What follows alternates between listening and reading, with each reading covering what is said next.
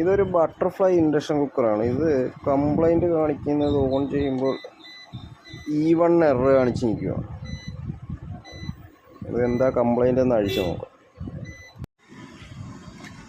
അഴിച്ച് നമ്മളിപ്പോൾ panel disconnect ചെയ്തിട്ടുണ്ട്. ഇതിൻ്റെ കോയിലഴിച്ച് മദർ ബോർഡ് ചെക്ക് ചെയ്യണം. E1 എറർ സാധാരണ വരുന്നത് ഇവിടുത്തെ ഈ കറണ്ട് സെൻസിങ് ഈ റെസിസ്റ്ററുകൾ വഴി ഈ ICയിലേക്ക് വോൾട്ട് കിട്ടാതെ വരുമ്പോഴാണ്.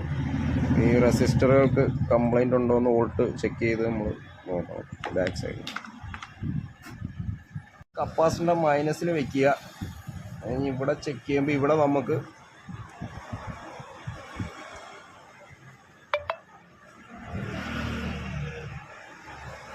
ഇവിടെ 212 വോൾട്ട് കിട്ടുന്നുണ്ട്.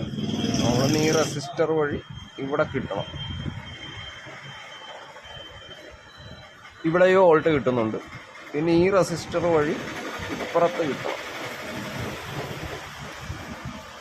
ഇവിടെ നമുക്ക് വോൾട്ടേജ് കിട്ടുന്നില്ല.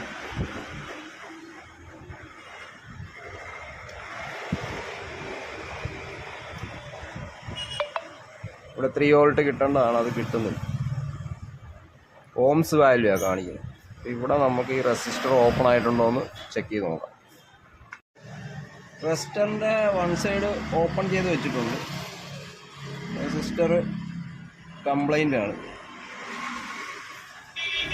റെസിസ്റ്ററിന് വാല്യൂ കാണിക്കുന്നില്ല. റെസിസ്റ്റർ കംപ്ലൈൻ്റ് ആണ്. ഇത് മാറ്റിയിട്ടിട്ട് നോക്കാം. 820K റെസിസ്റ്റർ ആയിരുന്നത് 820Kയുടെ വേറെ പുതിയ റെസിസ്റ്റർ എടുത്തിട്ടുണ്ട്. ഇത് ഫിക്സ് ചെയ്തിട്ട് നമുക്ക് ചെക്ക് ചെയ്ത് നോക്കാം. റെസിസ്റ്റർ സോൾഡർ ചെയ്ത് പിടിപ്പിച്ചിട്ടുണ്ട്. ഇതിൻ്റെ ലെഗ് കട്ട് ചെയ്ത് വേണം.